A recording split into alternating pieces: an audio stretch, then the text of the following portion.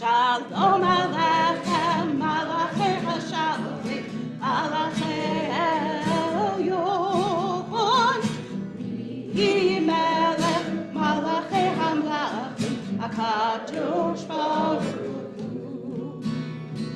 Boachem L'Shalom, Malachei HaShalom, Malachei Elyon, Melech, Malachei HaMelachim, HaKadosh Baruch Hu. Baruch Hu L'Shalom, Malachei HaShalom, Malachei Elyon, Melech, Malachei HaMelachim, HaKadosh Baruch Hu. Seitchem L'Shalom, Malachei HaShalom, Malachei Elyon, Melech, Malachei HaMelachim, HaKadosh Baruch Hu.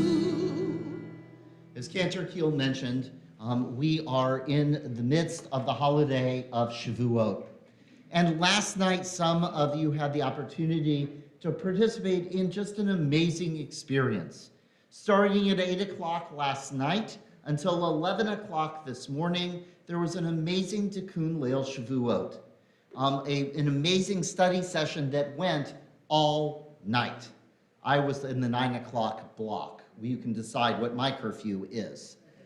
And every hour, on the hour, from 8 p.m. Eastern until about 2 or 3 in the morning Eastern, and then picking back up at 6 or 7 o'clock this morning Eastern, there were 2-3 rabbis teaching all sorts of different classes. The first class last night was with one of my colleagues, Rabbi Simone Schicker, and she's one of the ones who helped organize it and make sure that it happened. And what she was teaching about was angels and demons. We were just singing Shalom Aleichem.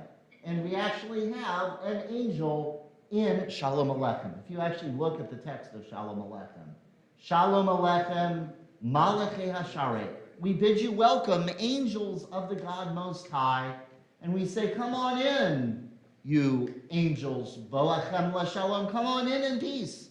Malachei HaShalom.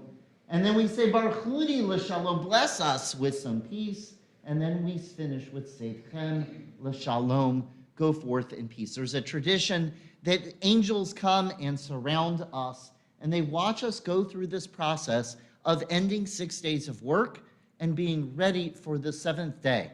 And some say, are they there to just make sure you do all the stuff you're supposed to do? You make your challah, you get your dinner ready, that you turn off your computer and your task list and all of that. There is some of that. There's one way to say, oh, they're coming to judge and make sure you do it right.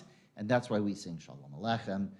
There's another way of looking at it, that they're there to help us and support us, that it is hard to change your pace.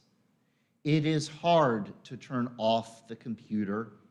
It is hard to put away our task list, because we know our task lists aren't just written down, aren't just on our phones, aren't just in our computer. Where do we keep the list of tasks? In our heads.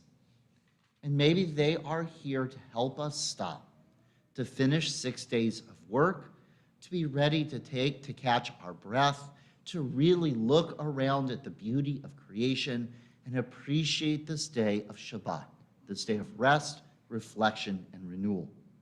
And so as we bid those angels to come and help us, we ask for their help and support and blessing, and we say we are ready now for Shabbat. I ask you to take just a moment to close your eyes, to think about this past week, to feel that blessing of those angels, and be ready to settle here into this day of rest and reflection and renewal.